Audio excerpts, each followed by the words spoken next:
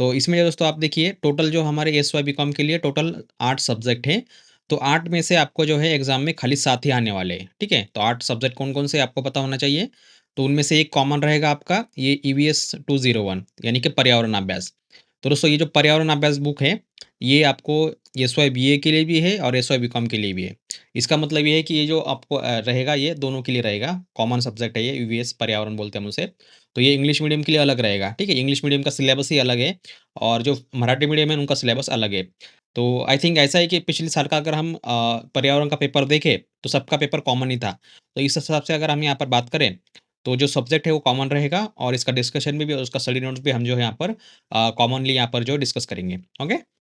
तो चलिए हम यहाँ पर जो है सबसे पहले ईवीएस 201 पर्यावरण के बारे में बात करेंगे, जो कि कॉमन सब्जेक्ट रहेगा। आप में से अगर कोई बीए का है तो वो भी इस वीडियो को देख सकते हैं। ओके? चलो, अभी हम यहाँ पर आगे बढ़ते हैं। तो पर्यावरण अभ्यास की अगर हम यहाँ पर बात करें, तो आप जो यहाँ पर देखेंगे, इसमें आपको जो है टोटल 11 घटक देखने को मिलते हैं दोस्तों।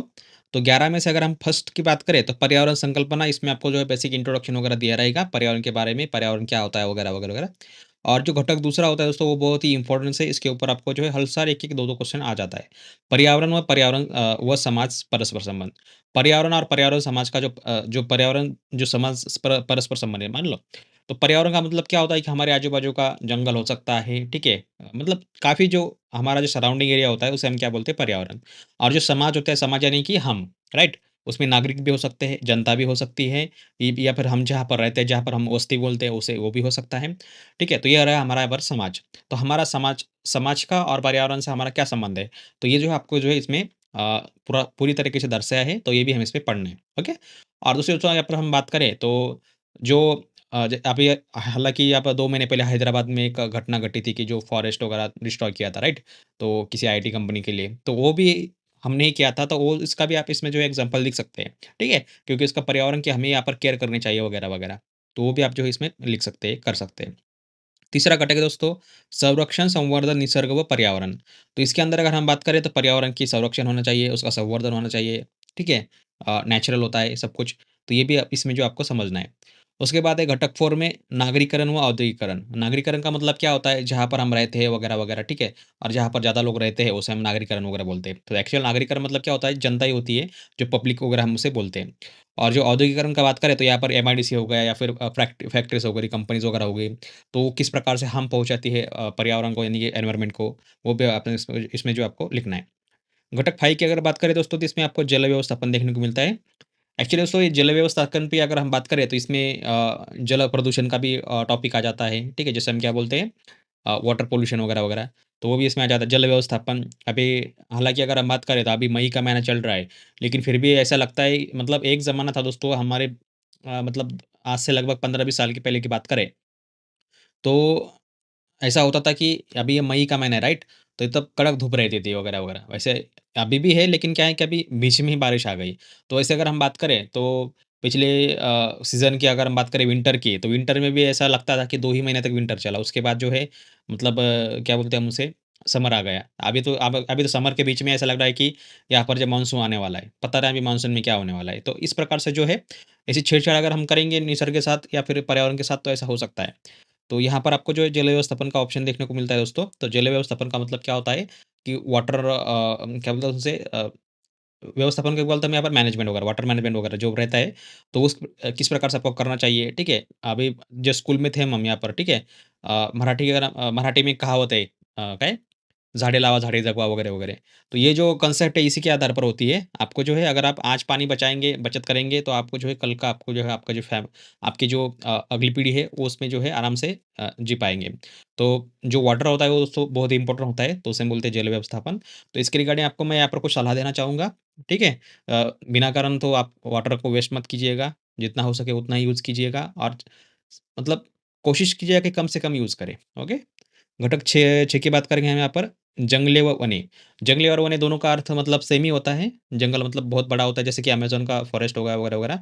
वने की बात करें तो हम जो हमारे जो आस-पास रहते हैं उसे हम बोलते हैं वने, ठीक है? यानी कि इसमें एक्चुअली इसका मतलब होता है कि फॉरेस्ट। तो फॉरेस्ट को हम किस प्रकार से सेव कर सकते हैं, फॉरेस्ट की किस प्रकार से केयर करनी चाहिए, फॉरेस्ट में किसने जाना चाहिए, किसने नहीं जाना चाहिए, ये सब आप जो इसमें लिख सकते हैं। ये मतलब आपको सवाल आपको जो मैंने एग्ज़ाम्पल बताया। घटक 7 की बात करें दोस्तों यहाँ पर तो वहाँ पर है खेती यानी कि फार्मिंग। ठीक है? खेती-बाड़ी आपको सबको पता होगा, तो खेती किस प्रकार से करते हैं, क्या करते हैं, उसका पर्यावरण के साथ क्या संबंध है। टॉपिक ही हमारे यहाँ पर दोस्तों पर्यावरण अभ्यास, तो खेती जो है वो पर्यावरण में ही आती है।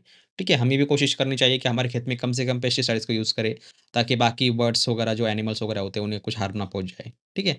आपने देखा होगा अक्सर जो है आप केमिकल्स काफ़ी सारा पेस्टिसाइड्स वगैरह आप जो है मार्केट से खरीदते हैं और उसके ऊपर मतलब आप क्या करते हो उसमें स्प्रे कर देते हैं। लेकिन उससे क्या होता है कि दिक्कत होती है, आपको खुद को भी दिक्कत होती है और सबको दिक्कत होती है।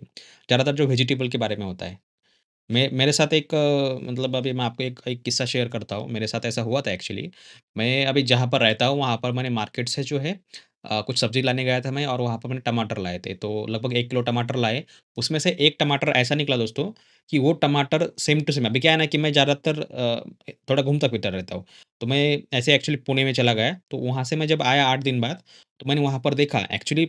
देखो, मैं लगभग समझ मान लो कि 15 दिन पहले मैंने टमाटर खरीदे थे। जाने से पहले 1 हफ्ता पहले, राइट? और जब मैं आया बाद में तब लगभग जो है 10-12 दिन तो हो ही चुके होंगे। तब मैंने देखा तो जो टमाटर था, एक्चुअली वो जैसा था वैसा ही था। फिर मैंने उसको काट कर देखा तो उसके अंदर बीज वगैरह कुछ नहीं थे। अभी मेरे पास प्रूफ़ के लिए कुछ है नहीं है, लेकिन उस वक़्त मैंने ऐसा सोच दिया, उसको जाने दिया। लेकिन बाद में पता चला कि वो बनाया हुआ था। मतलब जो आजकल जो बनाते हैं ना वो फर्टिलाइज़ वगैरह करके, अभी जैसे गोभी वगैरह भी बनाते हैं वो पानी के ऊपर, आपने वो वीडियो देखा होगा। बस उसी प्रकार से मेरे साथ भी ऐसा एक हुआ था।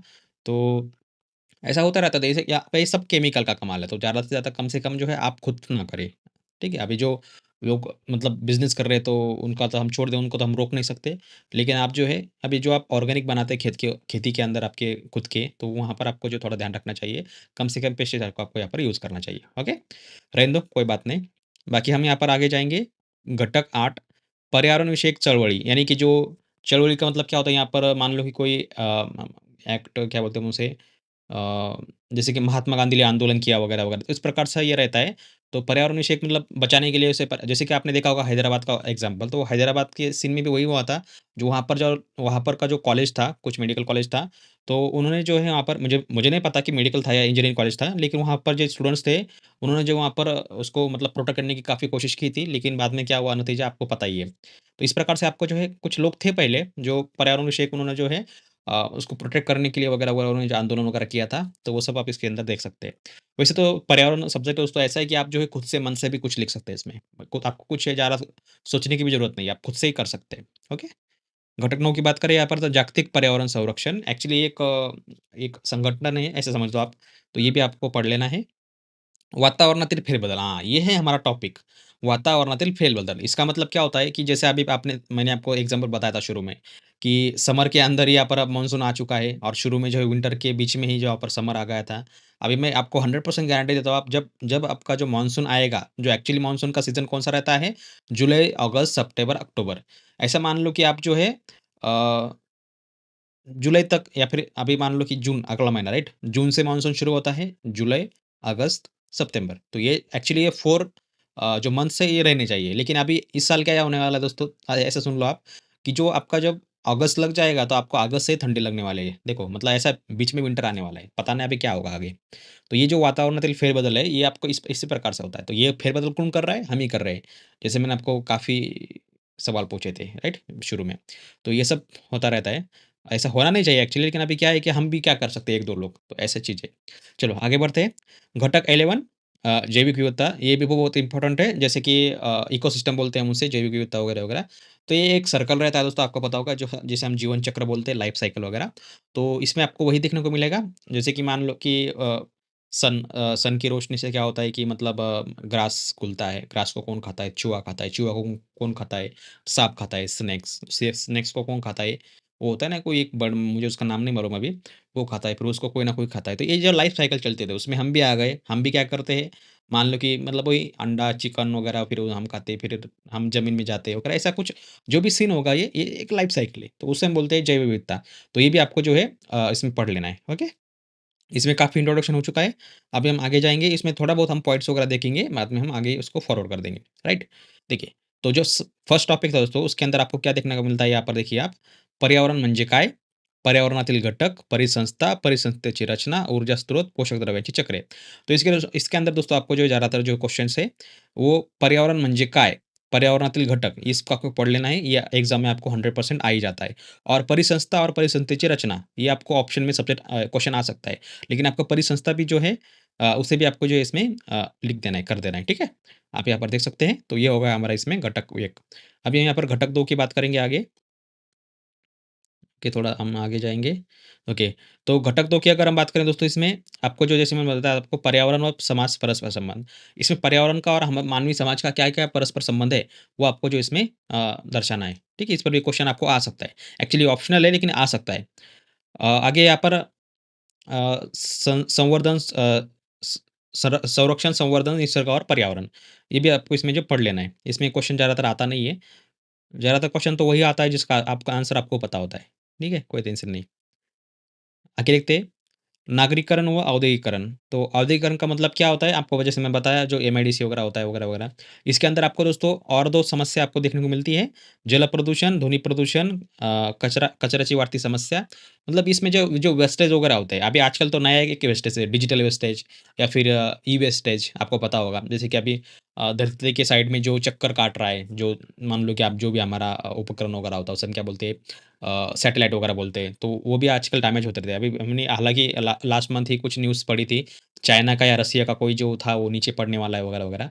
तो अभी जो पाकिस्तान का हल चल रहा है आपको पता होगा, उसका काफ़ी मीम्स भी बने थे। कि जैसे उसमें बताया था, किसी ने कमेंट किया था, मैं देखा था कि वो जो है उसमें पाकिस्तान में मतलब गिरा दो और बोल दो कि जो भी होगा वो, चलो ठीक है। आगे बढ़ते हैं हम यहाँ पर। ध्वनि प्रदूषण भी इसके ऊपर आपको सवाल आ सकता है। ज़्यादातर जो प्रदूषण होते हैं दोस्तों, ध्वनि प्रदूषण, वायु प्रदूषण, जल प्रदूषण, जितने भी प्रदूषण वगैरह होता है, पॉल्यूशन वगैरह होता है, ठीक है? वो भी आप इसमें देख सकते हैं। ओके? चलो, आगे बढ़ते हैं।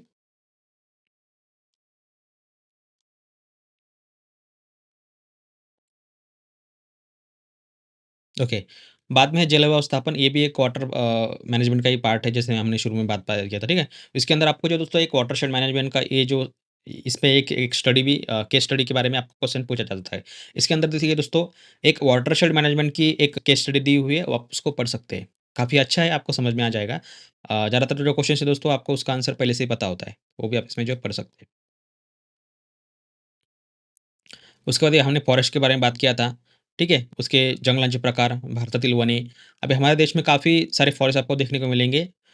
उनमें से एक हैदराबाद वाला भी था। और जंगलांचे प्रकार, अभी जैसे कि जो बड़ा जंगल होता है, जैसे कि अमेज़न फॉरेस्ट हो गया, अभी मेरे को तो उतना ही पता है, लेकिन और भी कुछ है हमारे मतलब पूरे धरती पे के ऊपर हम बात करें तो।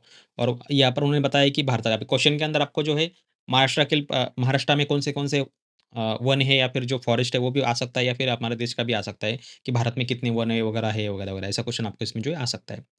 फिर उसके बाद वन संवर्धन और सामाजिक वनीकरण, ये भी आप इसमें पढ़ सकते हैं। ओके, आगे बढ़ते हैं हम।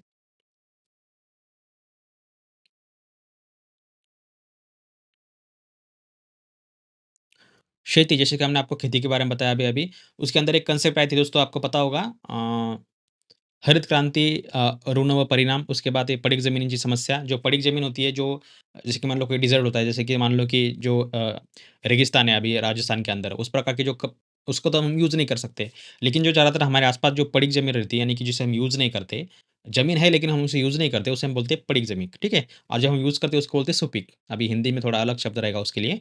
तो उसके बाद ये भूगर्भ जल प्रदूषण, भूगर्भ जल प्रदूषण, अभी इसके ऐसा मान लो कि ये जो इसमें जल है, राइट? तो जो जल प्रदूषण वगैरह होता है, उसी का ये कांसेप्ट है। तो आपको वो भी पढ़ लेना, जैसे हमने यहाँ पे ऊपर आपको बताया था जल व्यवस्थापन के अंदर, उसके अंदर आपको जो जल व्यवस्थापन आपको मिल सकता है। जो गन्ने की जो शुगर फैक्ट्री होती है, उससे ज़्यादातर जो हार्मफुल होता है इस नदी को, वाटर को, ठीक है? वो है बस में संभाल लेना। ओके, उसके बाद एक आपको सवाल आ सकता है हरित क्रांति के ऊपर, तो आपको जो ये सवाल आपका एक एक वाक्य में आपको आंसर देना है कि हरित क्रांति के जनक किसे कहा जाता है? आप जो है कमेंट करके बोल सकते हैं। ओके? उस पर आपको सवाल आने वाला है एग्ज़ाम में। आगे जाते हैं हम अभी यहाँ पर।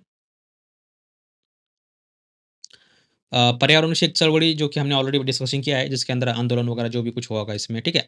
जैसे कि उसके अंदर आता है अंधश्रद्धा निर्मूलन वगैरह, तो ज़्यादातर जो है महाराष्ट्र में नरेंद्र दाभोलकर जी का नाम उसमें आ जाता है सामने। तो डॉक्टर नरेंद्र दाभोलकर, तो उनका भी आप इसमें जो है एग्ज़ाम्पल, एक उदाहरण आप इसमें लिख सकते हैं। ठीक है? उसके बाद कुछ संस्था ने भी इसमें जो है आंदोलन किया था, उसके बाद व्यक्तिगत लोगों ने भी किया था, कुछ ग्रुप बना के भी इसमें आंदोलन लिया था, जैसे मैं आपको शुरू में बताया था। तो उसी प्रकार से आपको ये भी पढ़ लेना है।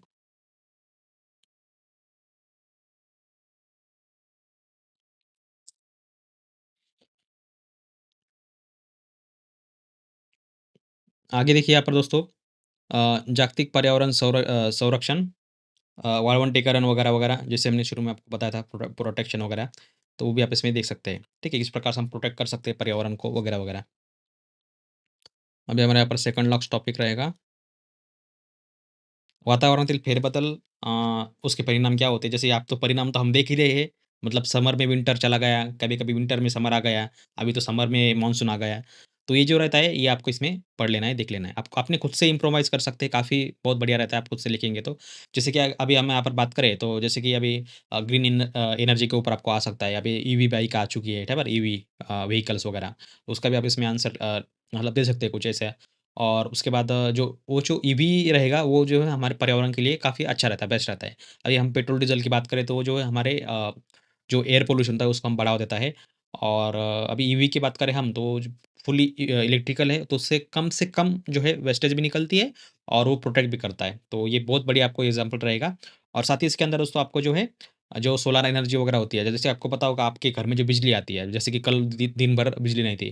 तो ये बिजली कहीं न कहीं से तो ये मतलब जो एनवायरनमेंट होता है उसको भी हार्म पहुँचाती है। तो किस प्रकार से पहुँचाती है? 2 तरीके से। पहला एक तो है वाटर वेस्टेज, क्योंकि जब जब बिजली बनाते हैं मतलब पानी से, तब काफ़ी वेस्टेज वगैरह होती है। और दूसरा होता है यहाँ पर जो होता है ना दगड़ी कोळसा, राइट? तो वो जो होता है, उससे क्या होता है कि जो धूप वगैरह काफ़ी होती है और वो जो है मतलब एयर पॉल्यूशन को बढ़ावा देता है। तो इसी वजह से जो है अभी जो ग्रीन एनर्जी रहेगी, ग्रीन एनर्जी का मतलब क्या होता है? जो वाइंड एनर्जी हो गई, जो आपने देखा होगा, ठीक है? वो 3-3 पत्ते, मतलब वो क्या बोलते हैं उसे हमसे? वाइंड एनर्जी का जो वाइंड प्लांट होता है, वाइंड एनर्जी वाला, तो उसका आप देख सकते हैं, टरबाइन वगैरह बोलते हैं उसे। और सोलर एनर्जी, जो कि मैं खुद यूज़ करता हूँ, मेरे घर में भी सोलर एनर्जी लगा हुआ है 2 केवी का। तो सोलर एनर्जी काफ़ी बेस्ट है, मतलब कितनी भी बारिश आ जाए कोई टेंशन नहीं है, थोड़ा बहुत तो वो चार्ज कर ही लेता है। उसमें काफ़ी 2 टाइप होते हैं, एक मोनो और एक पॉली वगैरह। तो मोनो बेस्ट रहता है। और ज़्यादातर वो जो अ वो कंगना रनौत कहाँ की है?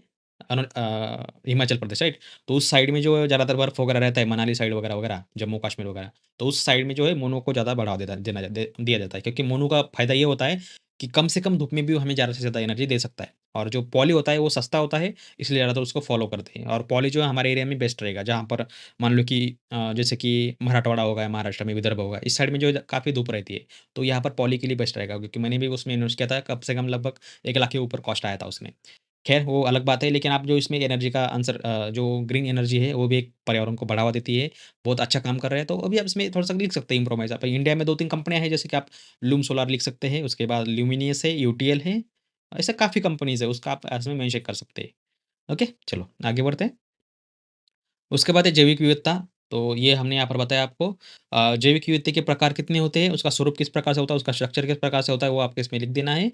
उसके बाद उसका परिणाम मूल्य, ये भी आपको पढ़ लेना है, काफ़ी ईज़ी है, कोई टेंशन नहीं है। ओके, चलो अभी हमारा यहाँ पर जो दोस्तों, ये जो पर्यावरण का बुक है दोस्तों, ये खत्म हो चुका है यहाँ पर। ओके, तो हम यहाँ पर अभी जो है अभी आगे बढ़ेंगे वन बाय वन। चलो, तो ये जो दोस्तों पर्यावरण का जो बुक था, ये ज़्यादातर जो दोस्तों ये जो है first year sorry second year BA के लिए भी था और सेकंड ईयर बीकॉम के लिए था। ये दोनों के लिए भी कॉमन सब्जेक्ट है।